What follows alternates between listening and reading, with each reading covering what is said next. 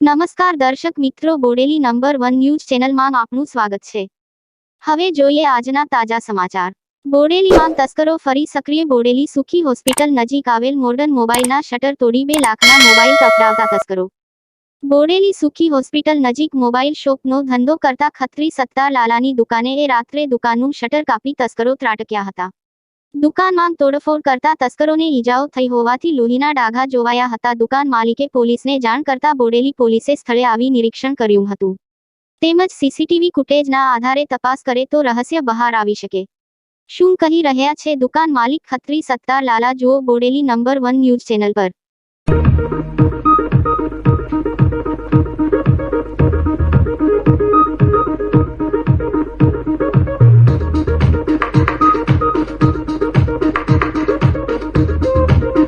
મારું નામ અબ્દુલ સત્તાર મોહમ્મદી છે।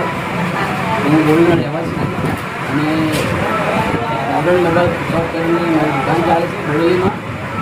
તેમાં રાત્રે અમે જોબ માની ગયા ઘરે, તો સવાર આવી ગયો તો ચાલુ કરી દીધું અને એમાંથી લગભગ 25 થી 30 મોબાઈલ ચોરી થયા હોય એવું અનુમાન લાગે છે। એમાં 10 નવા મોબાઈલ છે અને 15 થી 20 સેકન્ડ મોબાઈલ છે અને બી અમારી પાસે છે।